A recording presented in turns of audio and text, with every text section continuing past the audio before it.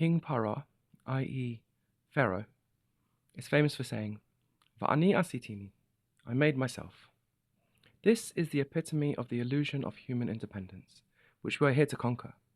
Indeed, this quote of Paro is from Yechezkel, and it isn't clear that this is talking about the Pharaoh of the Exodus. So the Zohar fills in an important lesson that whenever the Torah uses the same name for multiple people, it's teaching us a unified concept. In this case, the belief that we are independent from Hashem, chas v'shalom. This is one of, if not the most important lesson in all of Torah. We descend me'igra rama labira mikta, from a lofty height to a lowly pit, and that pit is known in the sources as Mitzrayim. It's a unified concept. We are all in Mitzrayim. Our souls are in Mitzrayim. So what are we here to do exactly? Hashem is always teaching us, as we say, Kol pa'al Hashem la'ma'anehu v'gam rasha liyom ra'ah. Hashem made everything for a purpose, even evil men for the day of evil. And the lesson of Paro, the most quoted figure in the whole Torah, is fundamental for all generations. Indeed, in this case, we can see exactly how Hashem set up this lesson for us historically. As I heard from Harav Mendel Kesen Shlita, Hashem created Egypt with a river that always floods every year without fail, unlike the rest of the world that has to rely on rain. And this is what produced the arrogance in Egypt, that they were independent. And of course, they ended up fundamentally believing that every one of their kings, their pharaohs, were gods who created themselves and were independent of Hashem. This explains, by the way, why there had to be 10 plagues. It must be known that most of the commentaries say that the main purpose of the 10 plagues was for the sake of the Egyptians. Hashem was establishing that all power is His, and it took 10 plagues to do that. If you look in the Midrash and the commentaries, every plague had its own particular way, with all of its little details, to establish that Hashem is the only power in existence. All power is His. In case you're wondering why the Jews had to remain for the whole year, by the way, to witness the plagues, that's because of Hashem's chesed, His kindness.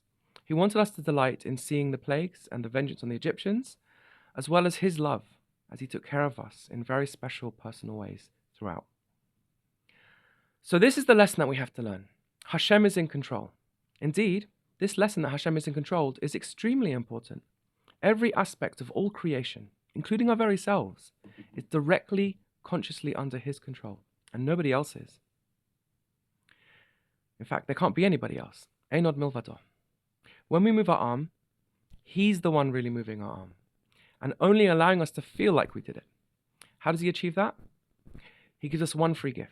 He allows us to choose what we want to do, and then He always does it 99.99% of the time because of His principle. She'ein Hashem yitzbarach ba batrinia al briyotav. Hashem does not approach us with tyranny. This is the inner meaning of Simson, by the way. Naively, we might think that Hashem had to create some space, some physical space. That's not true. He had to create room for us to breathe. He wanted us to come to serve Him out of our own free will. This very thing that we're discussing. So He allows us to do as we please for these 6,000 years until the Mashiach comes, and this is indeed the greatest gift He gives us. So, is allowing us to choose what we want to do a contradiction to the statement that He's in control of everything? No. Kol b'dei shemayim chutz miyirat shemayim. We cannot create our own will. We cannot sustain it. However, He allows us to control it in some wondrous, mysterious, paradoxical way called free will. He allows us to choose what we want to do, and even that ability is His, which we borrow from Him. Every single aspect of our being, from our will to our intellect, to our heart, and our very actions, they're all controlled 100% by Him, and we can't do anything about it. We should be grateful beyond measure that He does all of this for us, so personally, yet in a way that allows us to be us and grow independently. We value this independence deeply. The proof that we want this is that we often do things against His will. That's how seriously we take our own independence. That is a good thing. But the point is to not go against His will. No. We're supposed to follow His will. It's only right. He gives us all of this and tells us what to do with it. So the least we can do is do it. Indeed, the highest level of a Torah giant is somebody who completely makes himself transparent to Hashem's will. In our own lives, we want this too. In our interpersonal relations. When we want our loved ones to do something with us, we want them to enjoy it. Not indirectly, but directly.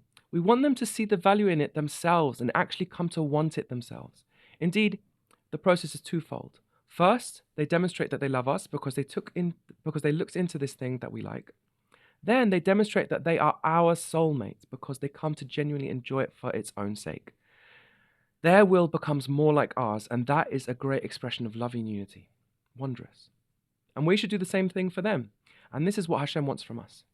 On the flip side, if our beloved ones never merge with us on this level of will, even though it is their right to do so and we can't force them, it's a terrible travesty. In the case of Hashem, all the more so.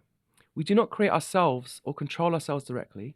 We didn't create our body and soul, nor do we sustain its existence. He does it all. Every last drop of our life force is a precious gift from Him for us to use for holy purposes only. If not, it goes to the Sitra Achra. The severity of this is unbelievable. As our Rav Ovadia Yosef brings in his commentary on Pirkei Avot, the Reish Chochmah had a dream where somebody who had recently passed away came. So he asked him what it's like after 120, after you die. After explaining the severity of the punishment of the grave, the soul then said, a person is judged and punished for what he has done with far greater scrutiny than a person would ever imagine. We who are alive should listen carefully and take this to heart. Our job in the 6,000 years, if you want to boil it down, roughly speaking, is to become completely comfortable with the fact that Hashem is in complete control and come to love it because of our love for Him. When this happens, our very souls are clarified down to the individual 613 limbs, and His light shines through them, and we are fit for Olam Haba for all eternity. Perhaps this is why the Rambam said that the purpose of creation is for the creation to admit and thank Hashem for creating it. King Paro represents the evil in us that makes us desire to be cut off from Hashem and be our own person in a disconnected, ungrateful way. Indeed, as Harav Kesen Shlitzer says, that's why the symbol of Egypt has always been the snake, the Nachash. It was the Nachash who wanted to create this independence in the first place, saying to Chava, eat the fruit and you'll be like Hashem. As we know, Hashem's 10 plagues worked on changing the mind of King Paro. Every last detail of every plague thoroughly debunked the notion that we have any control whatsoever, and the Midrash tells us that Paro did the Shuvah and started spreading monotheism. Perhaps this is referring to Akhenaten, the pharaoh recorded in historical records known for teaching about one God. We too, who are not under the Sar Shel Esav, the Nachash, will certainly come to admit through our Torah study and the merit of our forefathers who taught us bitachon, that Hashem being in control is the best thing ever. It's not tyrannical at all, but a wondrous thing to know that the creator of the whole universe, who created and creates kindness and goodness from His own goodness continually, is leading our lives and is going to ensure that everything will not only be okay, but be the very, very best. He's on our side and supports us and our values and our noble ambitions and is protecting what we hold most dear because it is dear to Him too. That we be independent and choose to partner with Him out of our own free choice and serve Him with all our hearts and souls. We are grateful to Him and we admit that we are His and Ein lanu melech ela ata. Then we will emulate Moshe and Aharon rather than King Paro, as it says in the 6th parasha, V'ya'as Moshe v'Aharon ka'asher siva Hashem otam ken asu. Moshe and Aaron did exactly what Hashem told them to do. Shabbat Shalom.